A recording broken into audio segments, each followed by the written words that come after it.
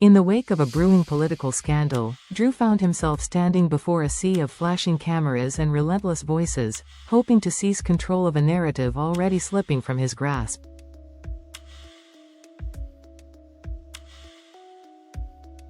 A damning article had exploded across the morning headlines, dragging his name through the mud with allegations of impropriety, substance abuse, and a sordid encounter that seemed engineered to destroy his reputation.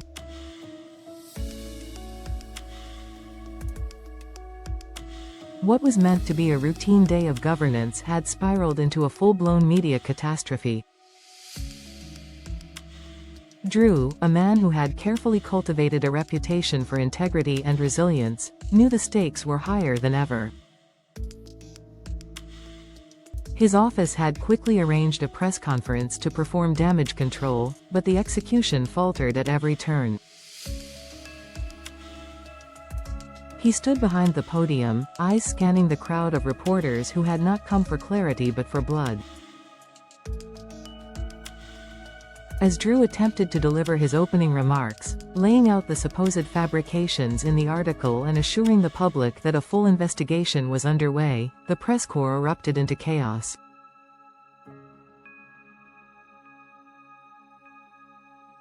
Shouts overlapped as questions were hurled, each one more accusatory, more speculative than the last. Who was the woman in the surveillance footage, Drew? Were you drugged, or are you using that as a legal out? Why hasn't there been an official toxicology report released? No matter how calmly Drew tried to respond, his voice was drowned in the frenzy. The planned press conference dissolved into a disaster. Within minutes, any hope of salvaging his image through this public appearance evaporated. The footage of Drew's beleaguered responses and visible discomfort was quickly repackaged into viral video clips, playing on repeat across social media and cable news.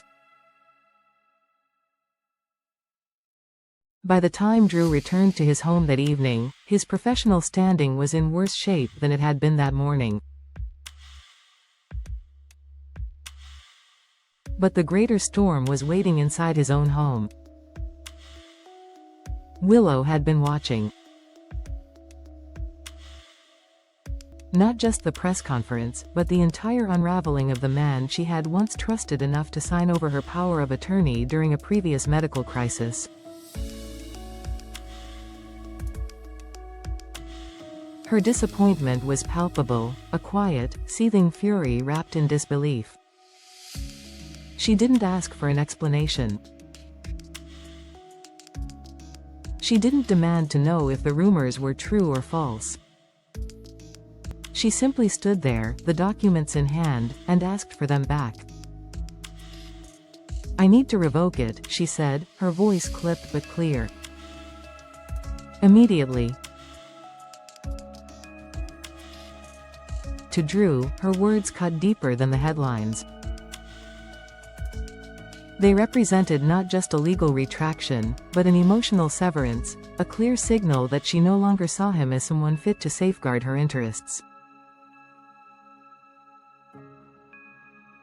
The house, once filled with whispered promises and shared futures, now rang hollow. Willow's actions weren't impulsive. They were decisive. Her trust in Drew had fractured, and she wasn't waiting for him to piece together an apology. She was leaving him behind, in name, in contract, and perhaps in heart. Left alone with nothing but the sound of his own failure echoing through the walls, Drew did something he should have done the moment the scandal broke.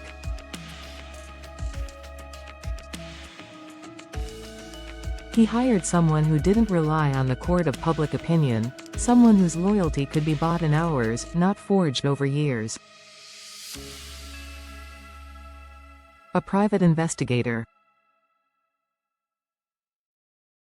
The detective was discreet, efficient, and far less sentimental than anyone else in Drew's rapidly shrinking circle. With the trail still relatively fresh, the detective began to dig into the suspicious timeline that led to the supposed scandal. There were too many anomalies for this to be a case of unfortunate coincidence. Drew didn't remember drinking anything out of the ordinary that night. He recalled feeling sluggish, disoriented, but had assumed at the time it was exhaustion from work.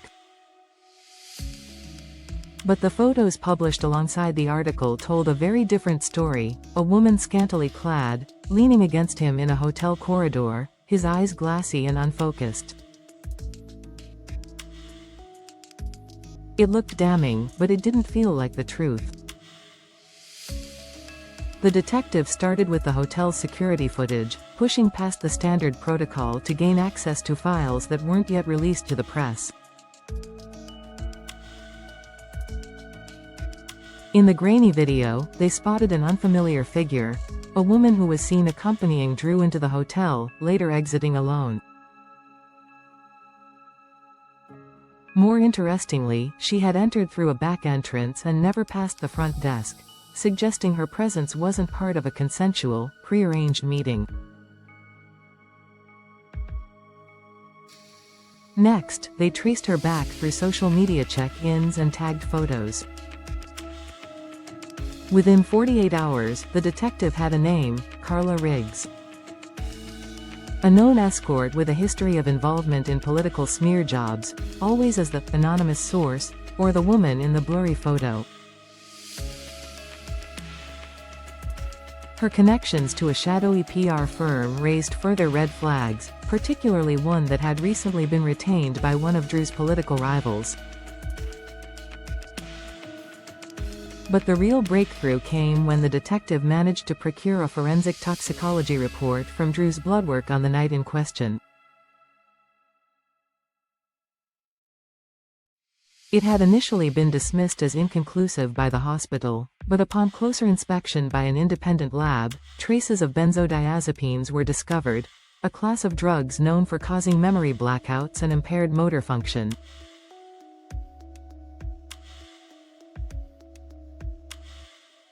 The results were subtle, likely masked in the original screening due to timing and metabolization, but they were there.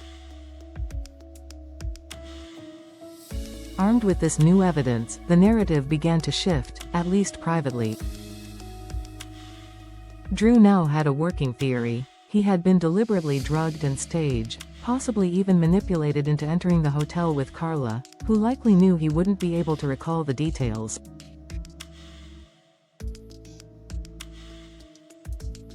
It was all meticulously timed, released to the media only once the story was airtight. His downfall had been engineered with precision. But even with this new information, the path to redemption wasn't guaranteed. The public damage had already been done. Willow had already walked away. And Drew's enemies had scored a victory so well orchestrated that even exposing it would only go so far in restoring what was lost. He could try to reclaim his reputation, yes. But the personal wounds, the ones not written about in the headlines, were far deeper.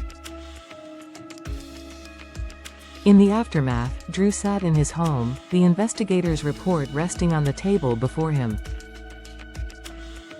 There was no triumph in knowing the truth, only the heavy responsibility of deciding what came next.